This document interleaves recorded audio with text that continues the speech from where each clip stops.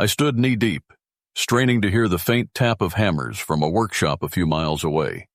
It was their busy season, but nothing was stirring, not even a mouse. Something was amiss. I jumped onto the snowmobile and hit the starter. The engine sputtered to life, its low groan rolling out across the frozen landscape. I kept the throttle wide open, barreling through the snow until I hit a small hill and went airborne, landing hard a few feet from the compound. The front gate stood partway open, unable to close against the deep drifts. Snow covered the workshop's roof. Inside, tools lay scattered across the tables, toys half finished, a pot of coffee burnt down to a black crust.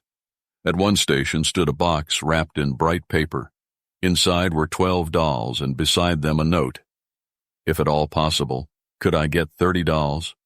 30. It seemed excessive. What little girl could need so many? From the main house came a voice singing a holiday song in a slow, mournful tone. As I drew closer, the words came into focus. Dashing through the snow. The voice was slurred, heavy with pain. I knocked, but no one answered. The singing carried on, seeping through the cracks in the door. An open wound, a cry for help. Pushing, the door yielded, and I made my way to the kitchen.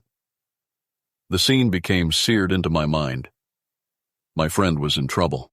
The kitchen sink overflowed with dirty dishes, half-eaten cookies scattered across the counter, and eggnog cartons littered the floor. I picked one up, 40 proof. Slouching on a chair was the Jolly One himself, red jacket open, crumbs in his white beard, T-shirt not quite covering his belly.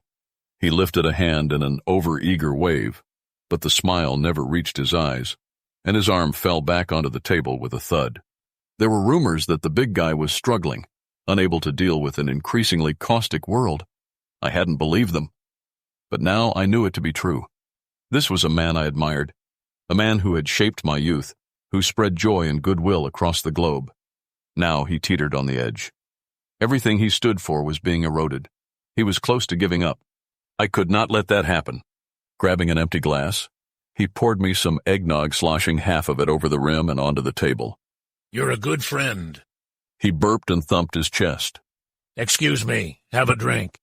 Our eyes locked. For a long moment we sat there staring. His eyes were glassy. I wiped the corner of mine. Our friendship stretched across decades.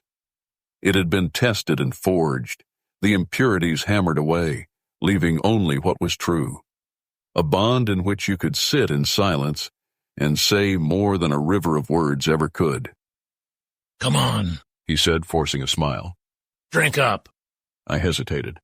His fist slammed the table. Too good to drink with me?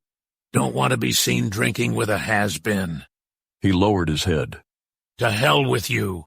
He tried to get out of his chair but fell back. Tried again. The third time he made it to his feet, putting a heavy hand on the table to steady himself. I grabbed the other side to keep it from tipping over. Stumbling toward the counter, he grabbed another carton of eggnog and a half-eaten platter of cookies. He tossed the cookies onto the table, a few sliding off the edge, and motioned for me to help myself. Then, with a trembling hand, he poured another drink and collapsed into the chair. A grin formed, and his eyes twinkled. Hey, remember back in the 60s? He took a sip of his nog. You were dating that hippie. Had that little candle shop on the lake. I chuckled and nodded. You made those rhubarb-scented candles.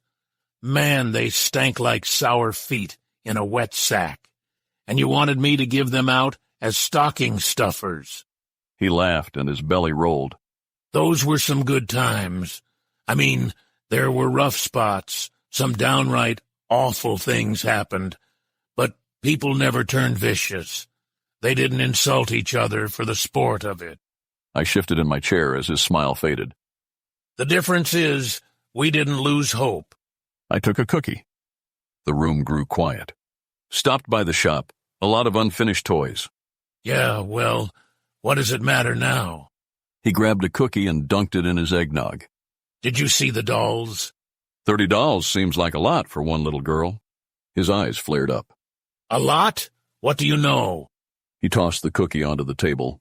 The day after the holiday, she goes to a homeless shelter, makes sure every little girl gets a doll. He took a slug of eggnog. Sometimes a little girl needs 30 dolls. Sometimes she needs a lot more. I bit my lip.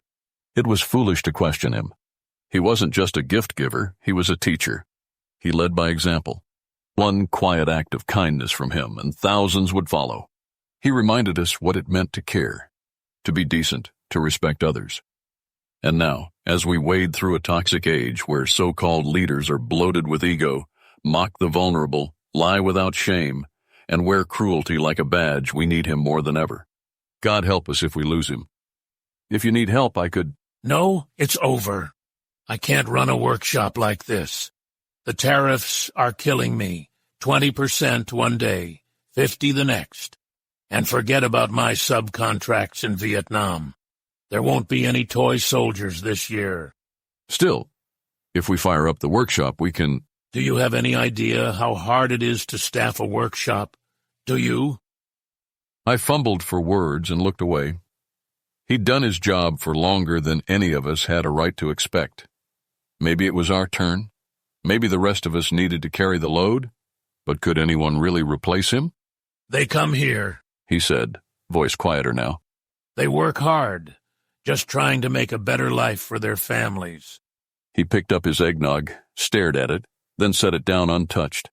I don't need to see a birth certificate to know a good soul when I meet one. He tried to stand again, but slumped back into his chair. One little guy told me he couldn't come this year. Said he was afraid, had his papers.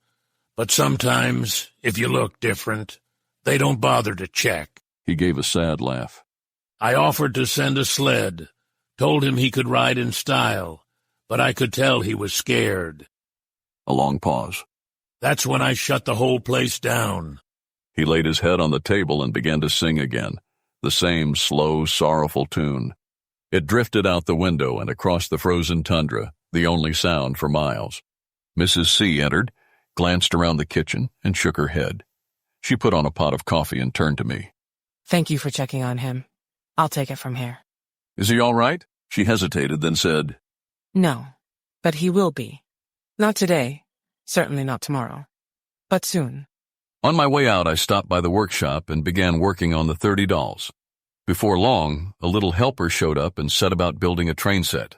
Then another, and another, and another. Finally, one took the hammer out of my hand and said, Don't worry. No matter what, we won't let the big guy down. I stepped into the snow and trudged forward, the only sound, crunching beneath my boots.